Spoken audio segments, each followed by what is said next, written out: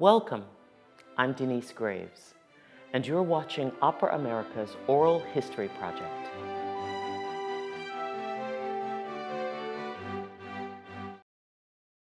Michael Ching, thank you so much for being with us today and joining our Oral History Project. Really grateful to have your time and to see you. I'm honored to be here, and I'm delighted to see you again. Michael, it'll come as no surprise that I ask you, who brought you to your first opera?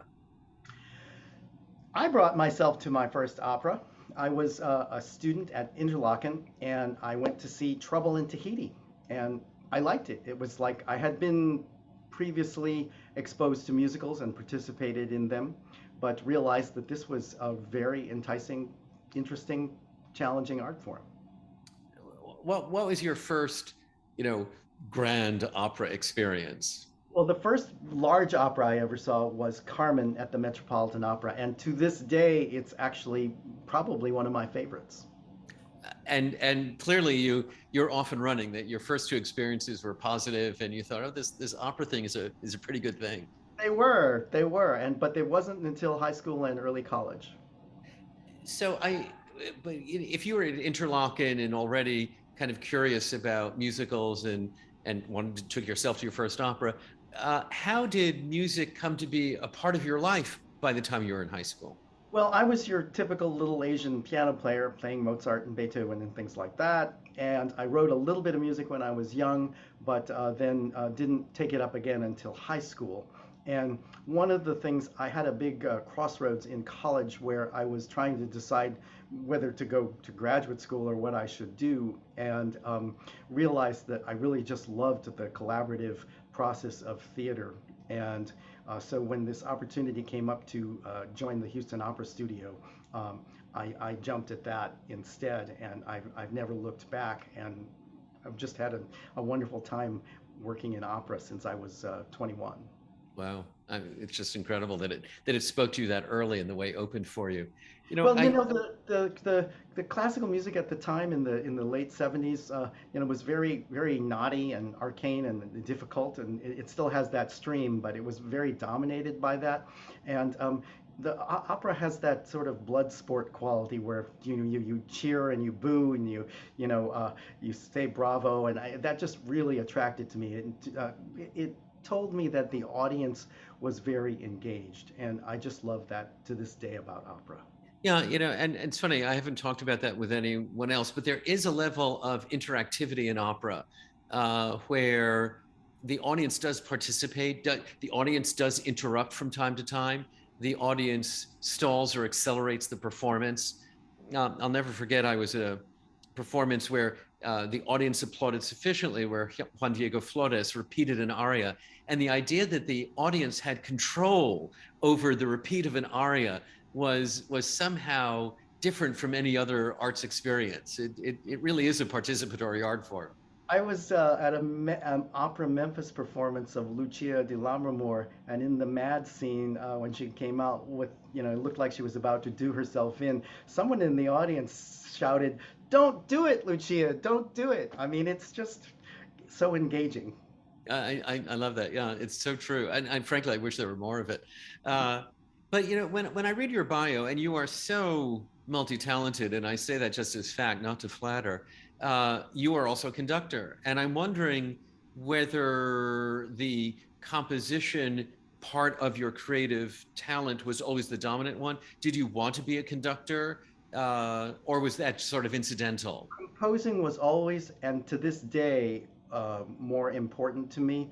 I sometimes describe my work as an opera administrator and conductor to have been a 35-year apprenticeship.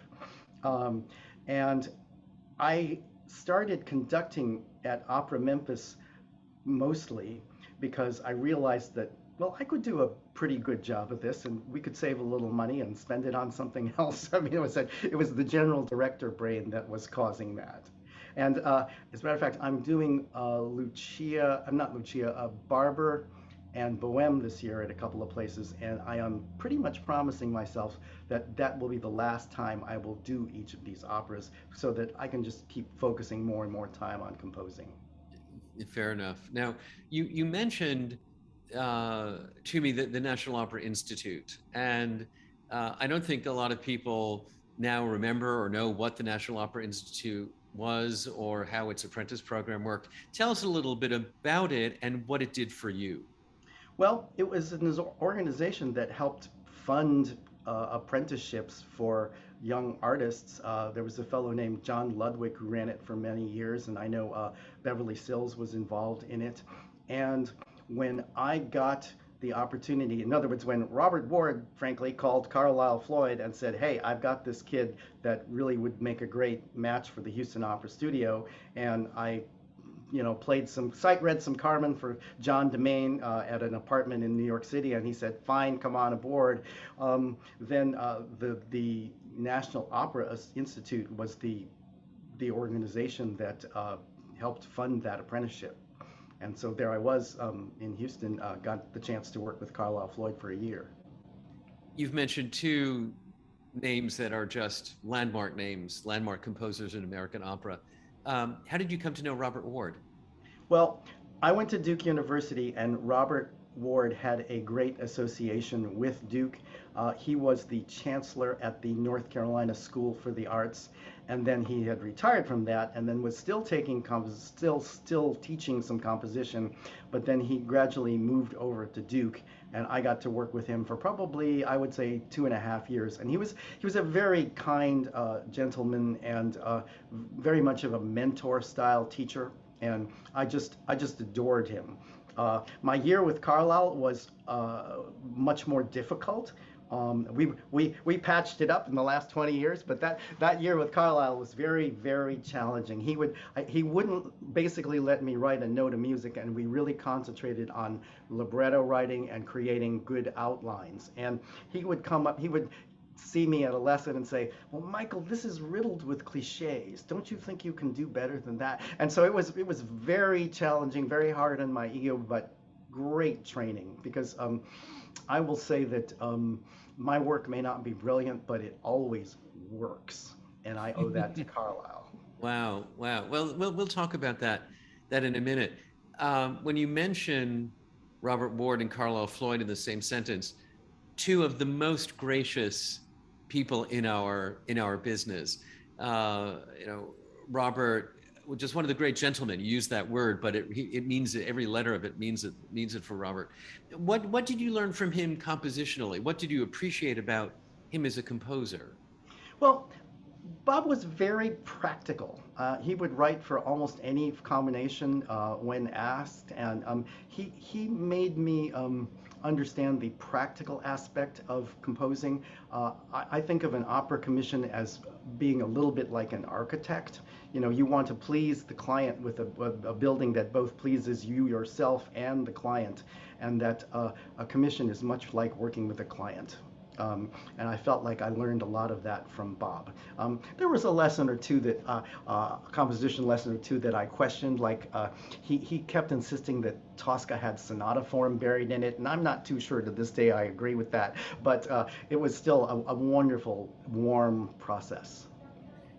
It's interesting you talk about the architect analogy, so that you as a composer are always thinking about the client, the commissioner, and I assume the audience of the client, as opposed to being alone on a mountaintop just writing what you want to write. What is your approach to that? How do you define the line between what the client wants or will like and what it is that you want to create? Well, I prefer to be given an assignment. For example, I have a backdrop of Savannah, Georgia behind me, and originally with the commission in Savannah, they said, "We want you to write a ghost story because this is a ghost story town. Savannah is filled with ghost stories. And oh, by the way, here's a book of ghost stories, and pick the one that you want." And so that was very, very helpful in trying to figure out how to work this through. And then also just practical considerations, being a general director, you need to figure out how you can work within the parameters that you are being given that are available. In other words, you have this much rehearsal time, you have this much orchestra time, you have these resources, and you must work within the resources so that the resources look good. You know, you can write really complicated orchestra music, and then by Act 3 the orchestra is sight reading, or you can make them look good and sound glorious based on the amount of time that they have available. But then you can't write quite so hard or so difficult. So it's all very practical. And it's interesting how you take that approach to make everyone sound good given the resources, including time that's available. In your bio, you are also described as a songwriter, and I find that an interesting dimension because I know you write wonderful songs, and yet how does your work as a songwriter influence your opera composition? Well, I've written songs of various styles off and on for years, and it's made me a great, or not great, but a confident lyricist, and that helps so much when you are working on a project. I always describe the relationship in one's mind as a creator as a game of ping pong between the music and the words. And sometimes when you're stuck on the words, you work on the music, and vice versa, or you work on the storyline. And so I feel like having the skill of being able to work with words is just so helpful and so vital and increasingly necessary for me. In other words, I have a harder and harder time working with a librettist. I do it still sometimes, but ultimately, honestly, prefer to work just with myself. Why is that? Well, again, it's because of sometimes the good thing about having an outside person is you have somebody else who can tell you you're just crazy, you're wrong, you need to fix something. The bad thing is then you have to do a lot of convincing with that person if you believe in something, and you have to make it work. Yeah, because you have worked with the librettist. You have a number of works with Hugh Moffat as librettist, and you write your own libretti. What constitutes a good libretto for Michael Ching? Well, for me, it's not where you get, it's how you get there. Opera can be, 2.5 hours long, or 90 minutes long, or 30 minutes long, or whatever. And the journey itself is much more important than the destination. We sure, we care that Violetta dies or that Tosca jumps off of the parapet. We do care about that, but those are not the moments we live for when we go to see those operas. And so it's much more important that how we get there rather than the destination itself. And I'm also I guess you would say I'm very conservative about the fact that I prefer to write numbers opera. In other words, the style that was established between, say, Mozart and then Middle Verdi. It's not that I don't occasionally write through composed things, but I consider that to be a tool rather than a default. Is that a decision influenced by your work as a songwriter, where you think in units that are independent units in a way? Yes, I agree with you. That's a good observation, that those independent units, our whole field is built on independent units. The opera aria is the basic nugget of what we do. We go see auditions and we see opera aria after opera aria after opera aria. And to me, we should all just be trying to write terrific opera arias. And that's what the audience is there to see, is to see those opera arias. And so I always think it's just a very dangerous thing when composers write recitative after recitative after scene after scene. It makes it's a challenging way to approach opera for an audience. Yeah, and it certainly gets in the way of their participation if they don't have an opportunity to express themselves, after a unit of beautiful music. Yeah, that's also true. I'm fascinated by the creative variety of the works that you have composed, Michael, and I want to ask you a bit about your creative process in a second. But For instance, one, your sequel operas, which I just find fascinating, and frankly, I talk about a lot as a concept that really amuses me and captures me. Tell us about these sequel operas. Well, I am in the field. I am one of us. And I learned from what I consider to be the best, the Marriage of Figaro's, the Carmens, the Butterflies. And for example, with BUOSO'S Ghost, which was written in the middle 90s, we were sitting around at joint auditions in New York. It was Miami Opera, Willie Anthony Waters, Linda Jackson, who used to run the Chautauqua Opera, myself, a few other people. We were sitting around just shooting the breeze about what happens to Madame Butterfly's kid, or what happens to the Germain family? Do they actually speak after Violetta dies, or do they kiss and make up?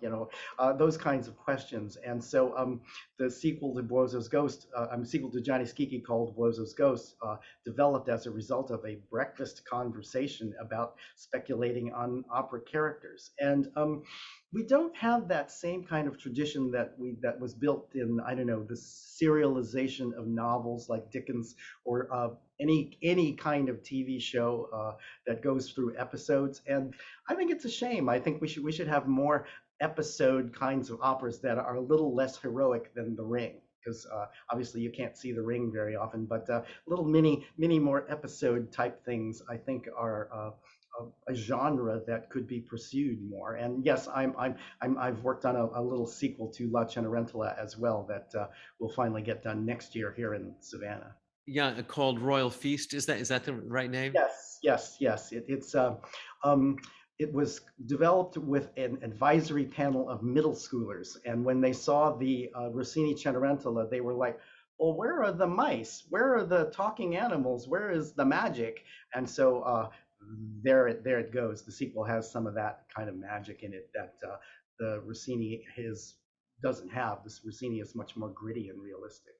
Now, I'm going to ask you a challenging question here, because I don't want you to give away a prize idea, but I want you to pitch your next commission. Do you have your favorite sequel idea you wish you would be commissioned? Oh gosh, I don't know. I think it would probably be one of those projects like What Happens to Madame Butterfly's Child, where he grows up in America. Obviously, what is his life like? And I think there was even a Butterfly that the NBC did a long time ago that was kind of based on that story. It had the premise that Butterfly's Child was narrating the story. How interesting. You've written an a cappella opera, which is in a way completely logical because we are a vocal art form, but so captivating to listen to it as I've heard parts of it. What was the motivation there? Well, there was an a cappella group in Memphis that wanted me as their outside coach. So that, because when you're, say, a 10-piece a cappella group, you can't really always listen to yourself when you're singing. And so I was their outside ears. And I just fell in love with it. And I'm a little bit too old to have been a part of the tradition of beatboxing and bass and all that stuff. And it just fascinated to me because they had all of that. And I fell in love with it, and the idea of doing an a cappella opera was born. I must say it was so difficult that it's only been done that one time, one or two times. And just recently, really not too far away from you, Towson University commissioned a small orchestration. And the purpose of the orchestration is to keep the everybody on pitch. Oh, how interesting. Not to outshine the a cappella nature of the piece, but it's to keep everybody on pitch. And I must say it worked marvelously, and I'm quite optimistic that it will have a second life. Oh, that what a wonderful story that is. I love that. Now, and speed dating, which, as I haven't heard any of it, but I read about it, and the kind of abundant flexibility that speed dating has embedded as an idea. Tell us about that. Well, you may recall, you probably know who Dean Anthony is, who an opera singer who also now runs the Janiak Opera at Brevard. In 2013, he asked me to, hey, Michael, what about an opera about speed dating? And so so there it was. It was his idea to do that. And initially, the piece was written for about 25 young artists in their program. And now I keep writing at it, and now it actually has over 90 options. And in the, as you can recall, as you know yourself, times have changed since 2013. And so there's certain types of things that simply weren't in there, like a transgender non-binary ballad, or a duet for two people of the same gender. I mean, there are all sorts of things that are gradually being put in there, and it's been my most successful project, even though the professional companies have only done it maybe 6 or 10 times. It's actually been done over 100 times since 2013. So there's very little that most colleges can't say they can't do it. It's absolutely doable at any level, and so it usually gets 10 to 12 productions a year, How and interesting. even got a bunch of them during COVID. Wow, wow. It's just terrific. And yet I know you also turn your attention to serious topics, King of the Clouds, Out of the Rain, that are dealing with really serious social topics. Yeah, Um, those are more educational pieces, and I believe in serious operas, but I do think that opera has ceded much of its territory to musical comedy, and that we need more comic operas. And I think I'm much more suited to laughing than crying, as by temperamentally. So I prefer to write things that at least have some lightness in them. we hear all the time in our various meetings a longing for comic opera, the opportunity to laugh in the opera house, even if it's not, a slapstick comic opera, but some opportunity to be lighter and more joyful in the opera house. And yet we also know how hard comedies are to write because timing plays such an important role in it. And how broad, how narrow, how subtle is the comedy, and how much do you get to rehearse it? So do you, as much as the lighter opera may appeal to your spirit, is it more difficult to write than the tragic opera? Um, it just has different challenges. In a comic opera, the lyrics just need to come through 90 to 95%. In a tragic opera, it's possible to get away with 40, 50, 60% comprehension in the audience, but jokes are so quick that you really need 100, almost 100% comprehension. And that means writing fundamentally a different style of music than, say, large orchestral forces or things like that. So it just has different challenges, and I guess that's what I'd say. Different challenges, not insurmountable though.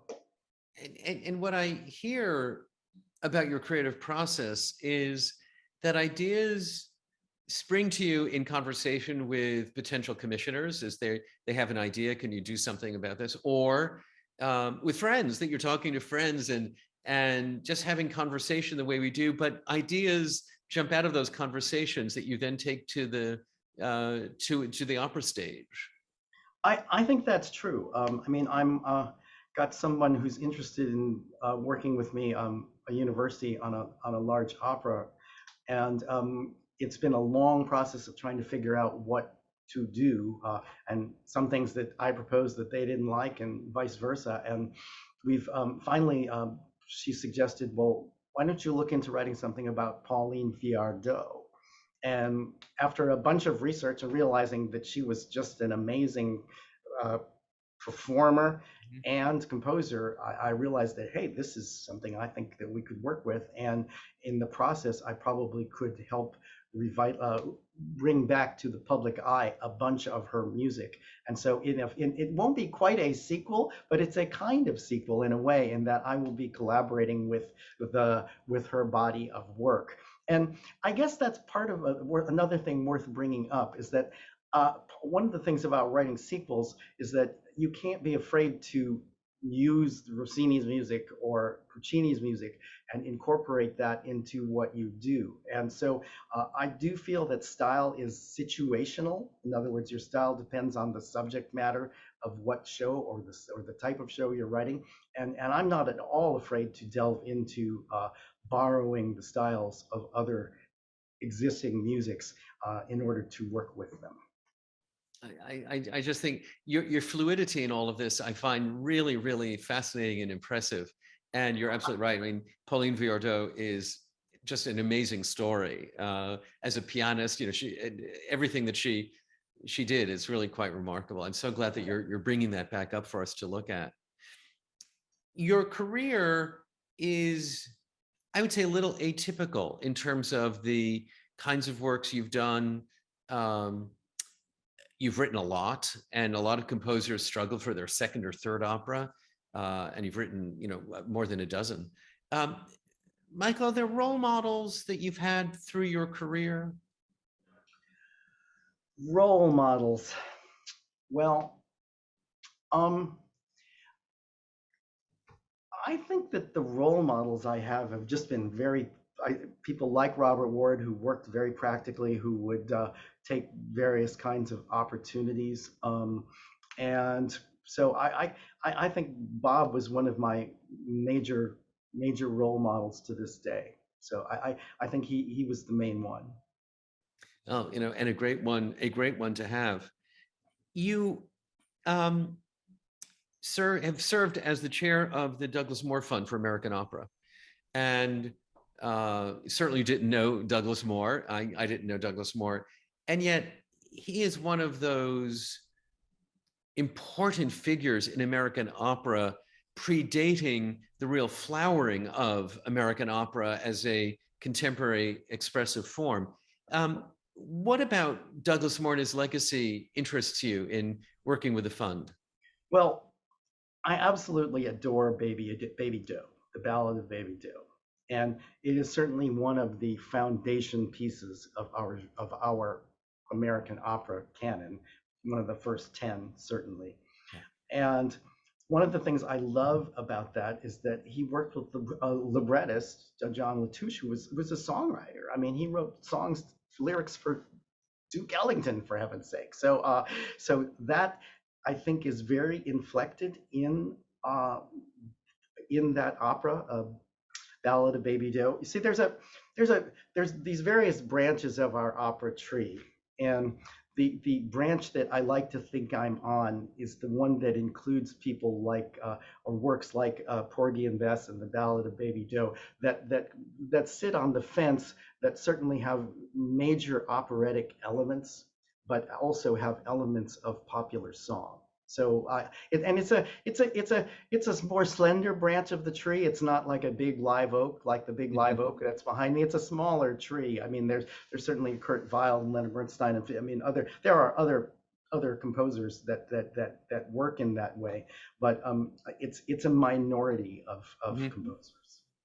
Yeah, and certainly, there are those works, and up at the program at Columbia, because Douglas Moore is up at Columbia, Jack Beeson and others. It was a real center of creative activity, again, at the early stages of this American opera repertoire. Yes, and one of the other things that people don't always realize is that the great American musical theater composer John Kander studied with Douglas Moore. And so at one point in time, these trees, kind of go like this. They intertwine. Well, I think there needs to be an opera about that those years at Columbia University and where they were all working together. It would be very interesting. You should suggest that to John Kander, since he's still alive, and maybe he could do that. Yeah, it would be interesting. I want to focus on your years as a general director of an opera company, and I can think of as conductors who've been general directors of opera companies, but there aren't many composers who took on the mantle of being a general director. What led you to do that, and what did you learn from that? I've learned so much from running an opera company, mostly good, a few bad things, but mostly good. It taught me so much about writing practically.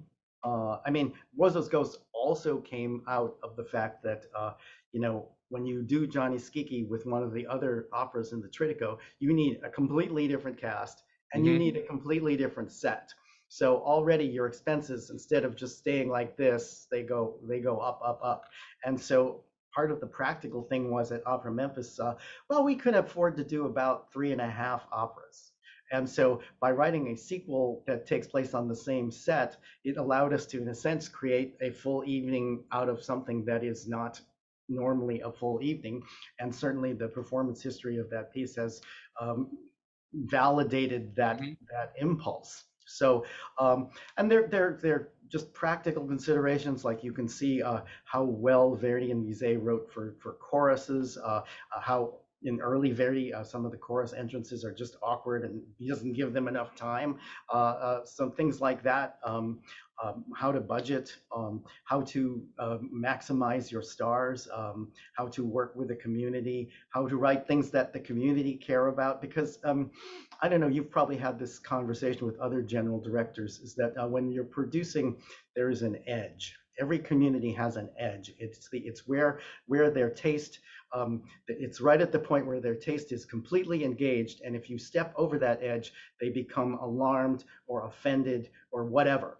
And that edge varies from city to city. And the edge in Memphis was very different than the edge in New York City or LA or Sure. Cincinnati or something like that. And so the idea was that you would go in terms of interest right over that edge. And yes, you could peer over the edge, but you always had to make sure your feet were firmly on the ground and you didn't Mhm. jump over the edge if you wanted to keep your job. And there were certainly people who didn't care and went over that edge. I mean, I recall reading a long time ago, like somebody in small opera company in the South decided to do Pelléas and Melisande, and well, that was going to be their last opera, and it kind of was. So, it's teaching you basic survival skills. The Memphis, we haven't really talked about this, but at one point in time, I was the Asian American composer, general director running a Southern opera company. And that hit a lot of buttons for various things like, I don't know, NEA panels or various kinds of things. And so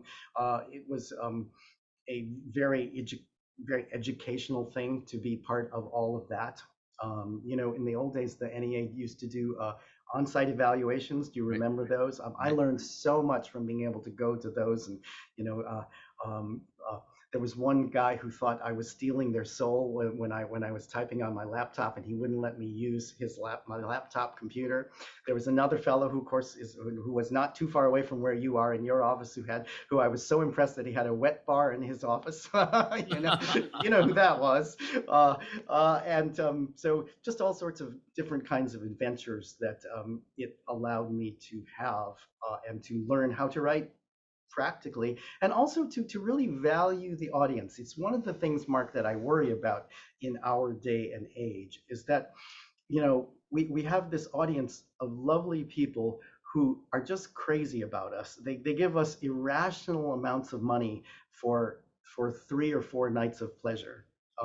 It's just wonderfully irrational, and we don't want to lose those people, and we want to challenge them in just the right way. And so, when we're in this era where I think we're all wondering, what is the direction of our art form, we have to bear our audience in mind and cherish them and bring them along, hold their hands gently, give them a little shove when necessary, but certainly not abandon them. I don't think our field would be well served if we were to abandon that audience.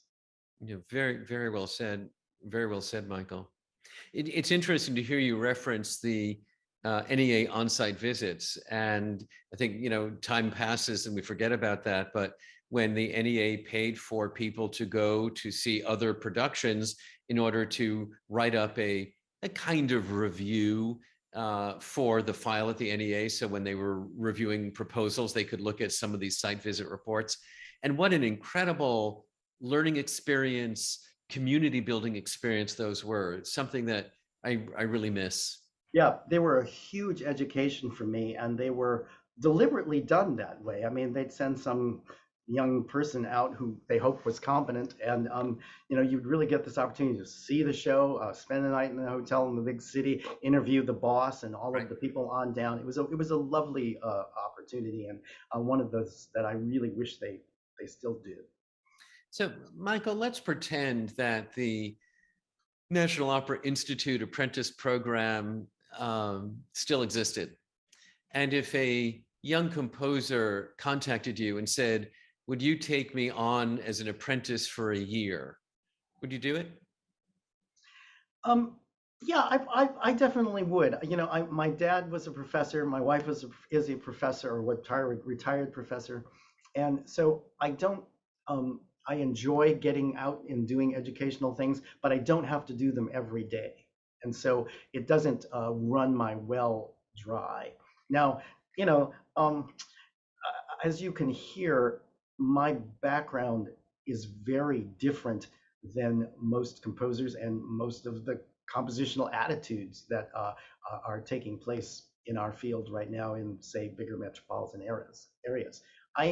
The way I describe it to people is that I want to be loved, not respected in my work.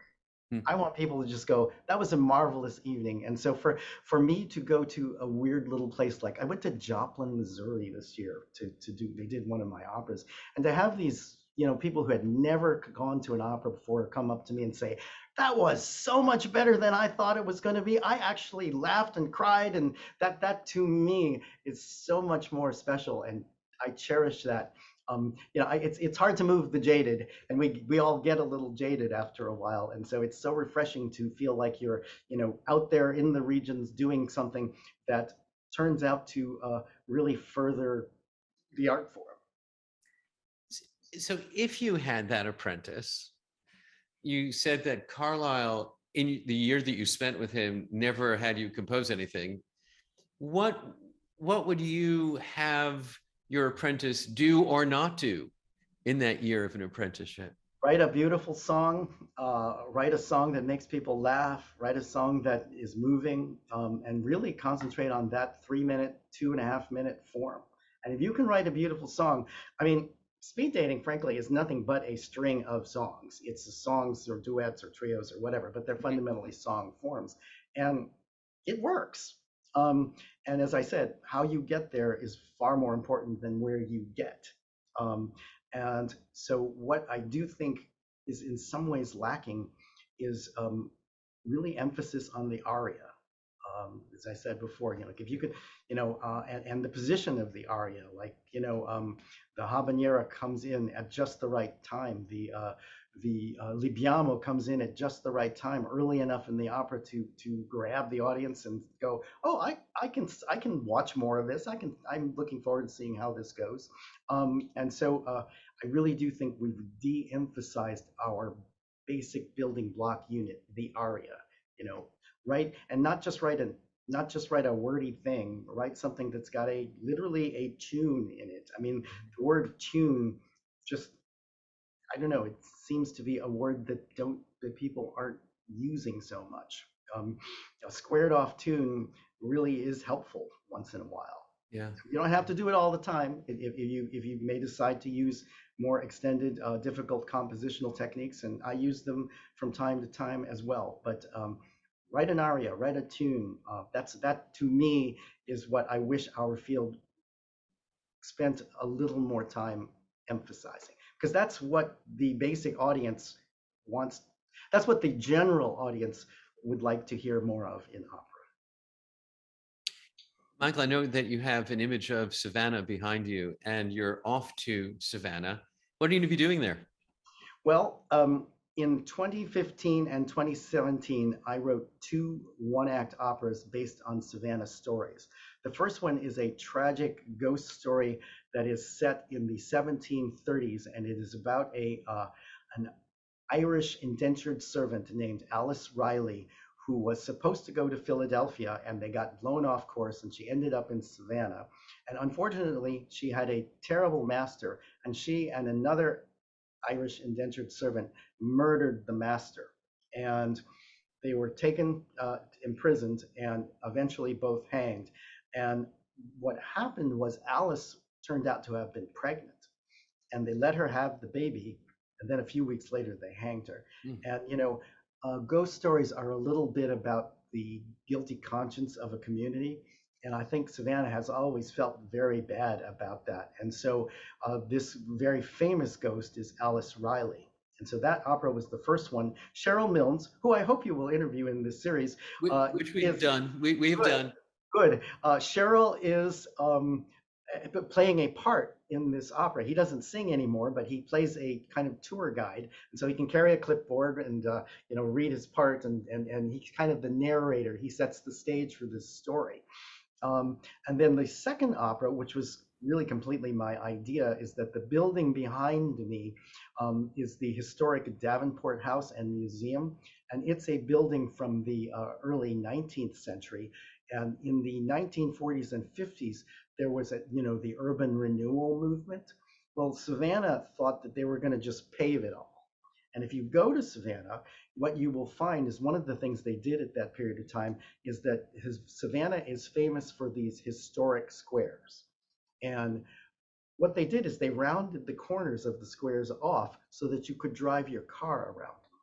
And so you can see that to this day, and they destroyed some of these squares. And then what happened is that a lady named Anna Hunter and some other fine Savannah ladies stopped it. They stopped it all from happening, and they really invigorating the movement to preserve historic Savannah. And so this is a story about her. We've turned Anna into a kind of ghost, and she comes back to tell a young tour guide at this place about the story of historic preservation. So there's the love story in this opera is love of place. There is no love of another human being per se. It is about love of place, which is an unusual way to handle love in an opera. And it's a very, very light comedy. It's got patter songs and there's a song about the revolving fund, which is the way they save the buildings. Is that they lend in private individual money to buy an old home. They fix it up and they pay the money back, and that money gets lent further and further. It's like a version of the microloan. I mean, obviously bigger than that. And so these are two Savannah stories that were always meant to be done together. The production was delayed, of course, by the COVID-19 pandemic, and now we are finally doing it together. Fabulous. Fabulous. Yeah. Well, it's such a pleasure to catch up with you. Yes, and likewise. Just to hear this great brain of yours and the way you think about opera and the world around you. It's really a pleasure to capture you today. Thank you so much for taking the time. And I just wish you the very, very best in your visit to Savannah. May it all go well. Thank you very much, Mark. It's an honor to be here. We'll talk soon. Take care. Bye.